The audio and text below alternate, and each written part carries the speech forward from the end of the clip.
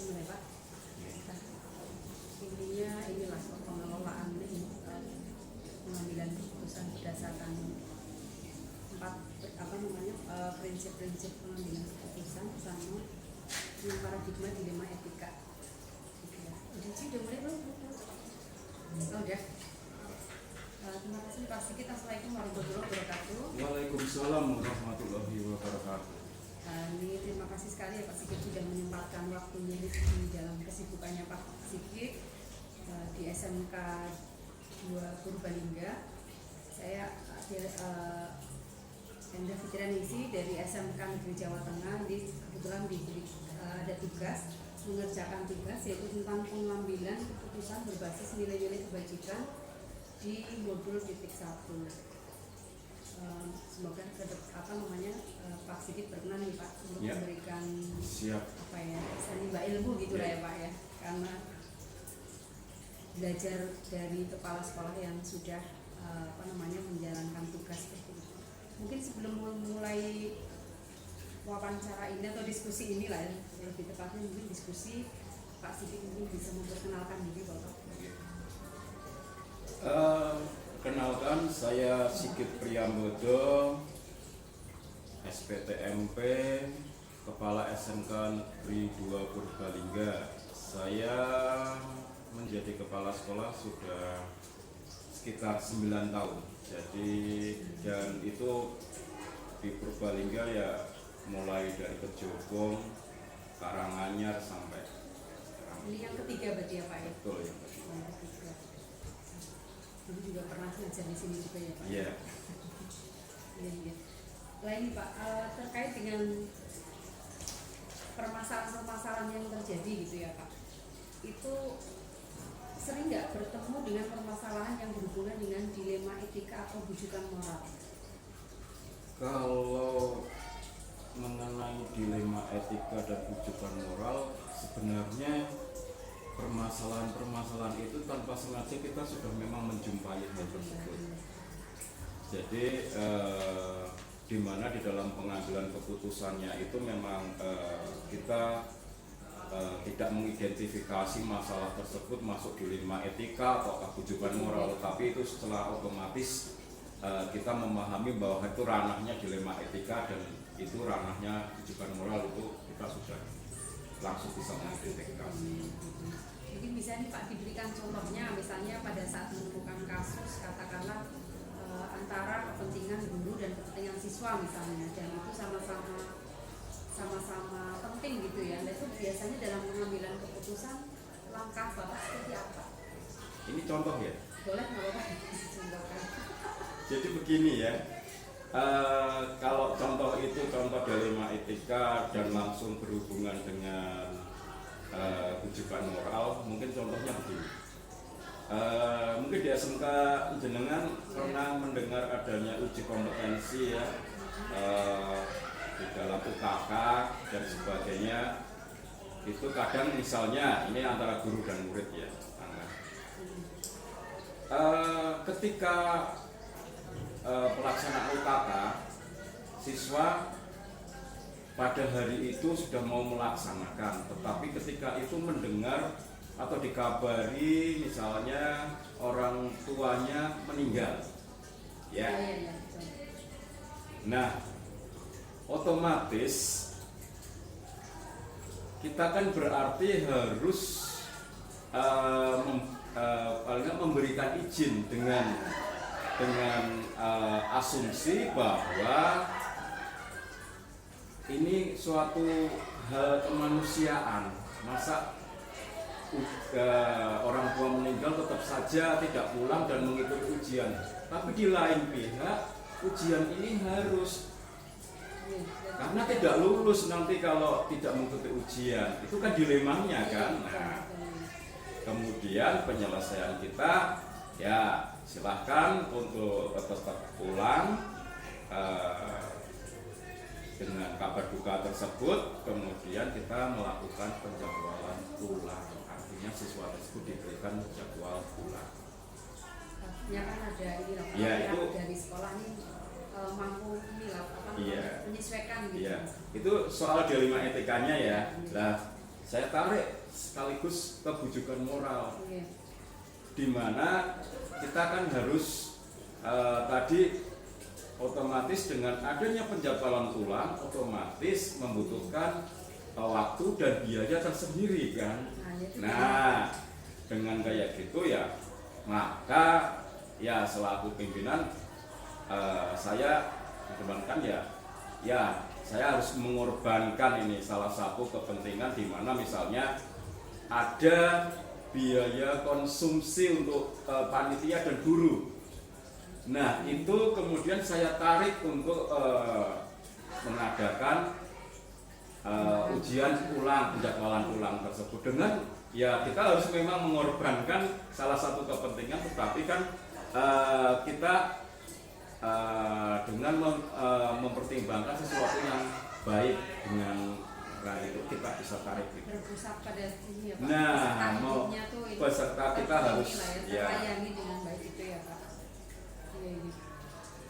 Nah, menurut Pak Sigit sendiri gitu ya, apa yang sudah dilakukan oleh Pak Sigit itu efektif dalam pengambilan keputusan pada kasus-kasus jeliman etika, itu udah efektif atau belum gitu Pak?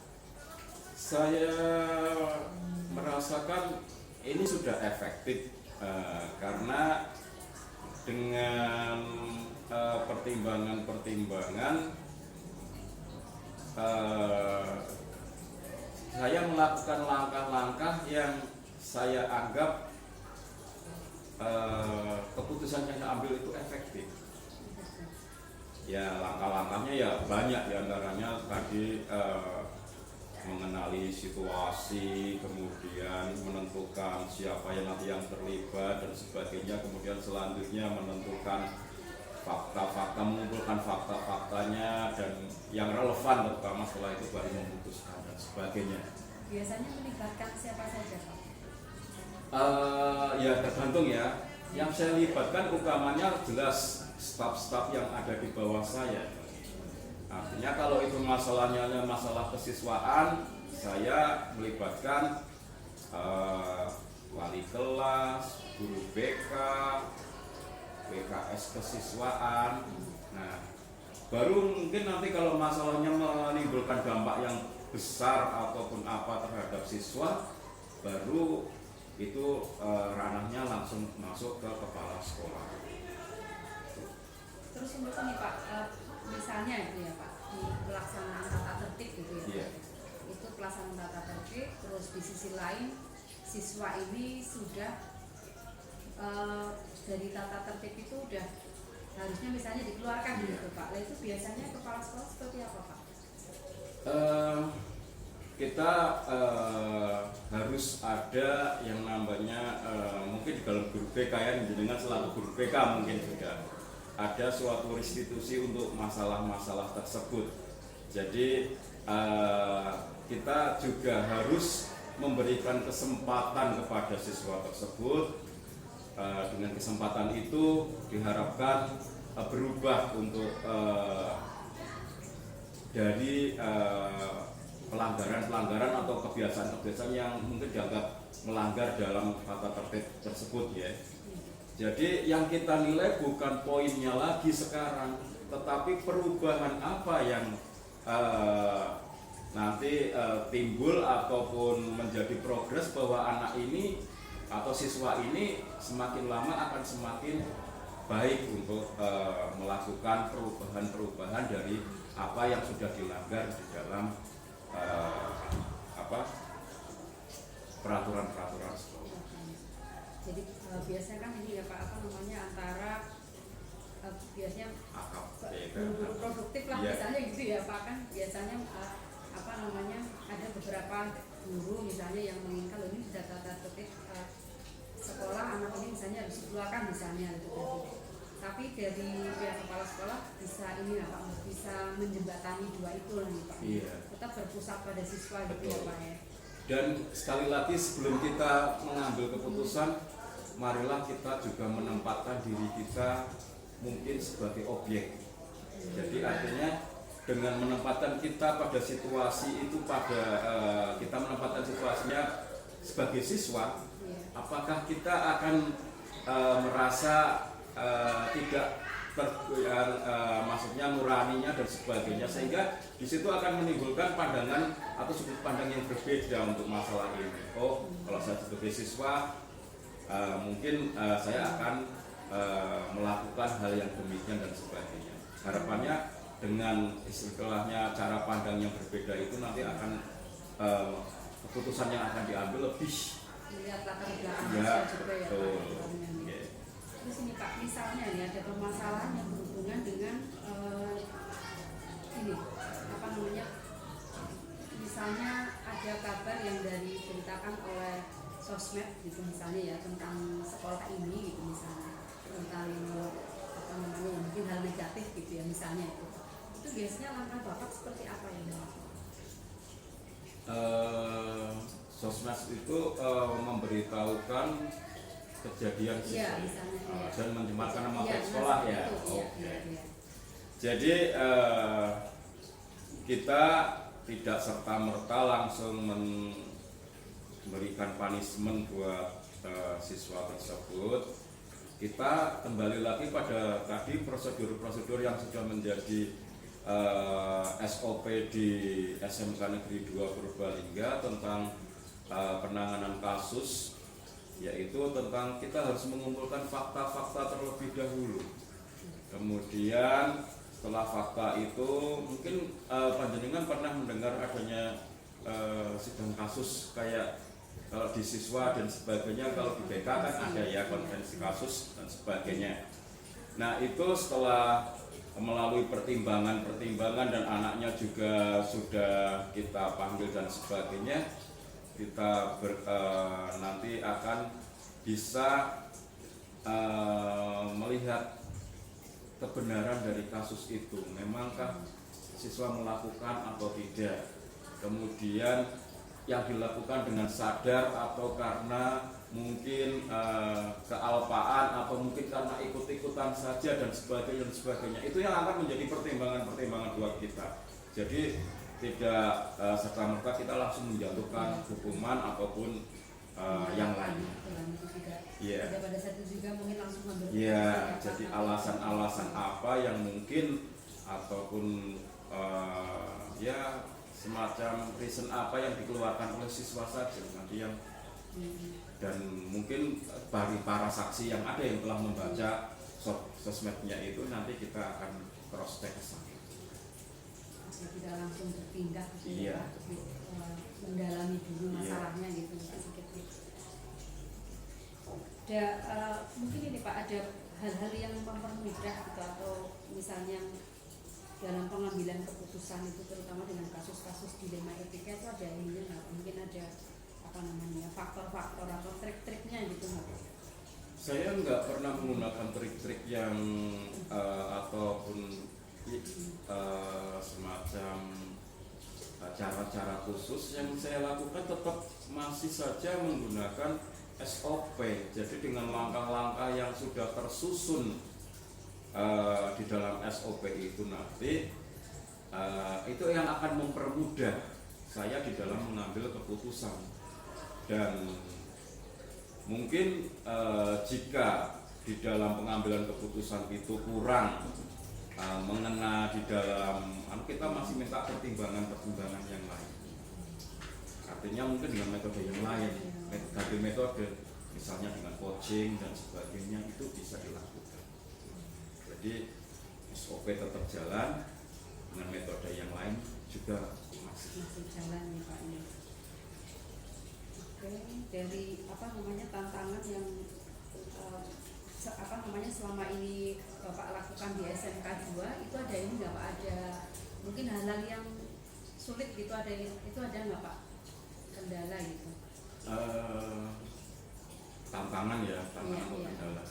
Tantangan terbesar ya itu ketika kita menyelesaikan suatu kasus dan kita juga sudah memanggil beberapa entah itu staf ataupun teman-teman yang mendukung ataupun memberikan kesaksian ataupun apa itu, dan mereka memberikan pandangan. Nah, menyatukan pandangan dan pikiran mereka itulah yang nanti akan agak sulit di sini.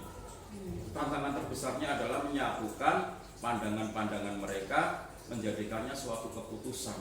Dan keputusan inilah yang harus bisa istilahnya ya merangkum dari semua yang ada. Nah, iya. Jadi pandangan itu ada yang pro dan kontra, tetapi ya tetap kita ambil yang terbaik dengan asumsi bahwa kita keputusannya harus tetap berpihak kepada siswa. Jadi memang tantangan juga ada ya Pak ya. Ya, Apalagi ini sekolah besar ya Pak ya, sekolah besar tingginya sampai 92 nih Pak. Ya, sekitar 92-an. Menyatukan kepala 90. Nah itu, apalagi kalau nanti melibatkan komite ya selaku dan orang tua, nah ini kan pandangannya kan lebih. Pernah ini juga nggak Pak, misalnya di benturan dengan LSM gitu Pak, pernah nggak? Pernah kita dibenturkan dan orang tua langsung lah yang memanggil LSM itu ada. Itu gimana Pak? Itu penyelesaiannya? Nah penyelesaiannya kita sudah jelas. Prosedur kita ketika ada anak yang bermasalah, siswa yang bermasalah, kita sudah ada aturannya, dan di dalam aturan itu kita jelaskan kepada LSM ataupun apa lembaga semacam itu, kemudian kita sodorkan aturan-aturannya, kemudian pelanggaran-pelanggarannya, sehingga dengan membaca aturan-aturan yang ada, kemudian di situ tidak ada pelanggaran, saya yakin LSM pun akan bisa mengerti posisi sekolah itu. Gitu artinya Pak tidak arogan. Iya. Jadi terakhir nih Pak Sigit, mungkin caranya nih supaya guru-guru ini semakin kompak itu seperti apa Pak yang diambilnya Pak itu?